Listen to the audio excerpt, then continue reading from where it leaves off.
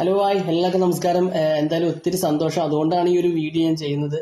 വേറെ ഒന്നല്ല, ഞാൻ മിമിക്രി കലാകാരനാണ്. 10 വർഷത്തോളമായി മിമിക്രി ഫീൽഡിൽ. അപ്പം മിമിക്രിയിൽ ഒരുപാട് ശബ്ദാനുകരണങ്ങളും അതേപോലെ കുറച്ച് ഫിഗറുകളൊക്കെ ചെയ്യുന്നുണ്ട്. അപ്പം എനിക്ക് ആപ്റ്റായ ഒരു ഫിഗർ എന്ന് പറഞ്ഞത് നമ്മുടെ ഇന്ത്യൻ ടീമിന്റെ അഭിമാന താരം ശ്രീശാന്താണ്.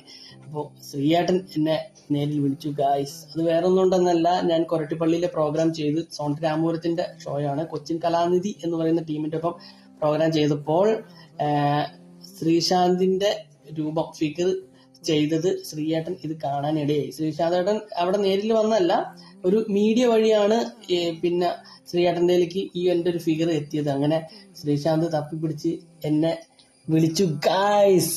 അത് ഏറ്റവും വലിയ ഭാഗ്യമായിട്ട് കണക്കാക്കുകയാണ്. അപ്പോൾ നിങ്ങൾക്ക് വേണ്ടി ഞാൻ ആ വീഡിയോ ഇതിലിടുന്നുണ്ട്. ശ്രീയേട്ടൻ എന്നെ പറ്റി പറഞ്ഞ കാര്യങ്ങൾ. ഓക്കെ, ഒരു സന്തോഷം കൊണ്ടാണ് കേട്ടാ.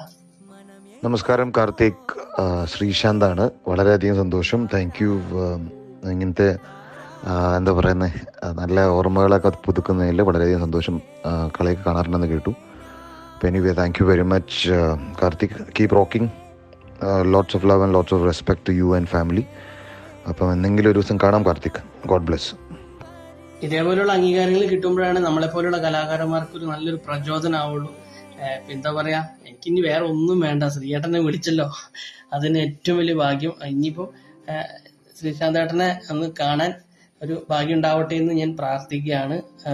പിന്നെ കൊച്ചിൻ കലാനിധിക്കും അതേപോലെ എന്നെ അതിനകത്തേക്ക് ക്ഷണിച്ച സോണറ്റ് രാമപുരത്തിനോടും പ്രത്യേകിച്ച് നന്ദി ഞാൻ രേഖപ്പെടുത്താണ്. ഓക്കെ.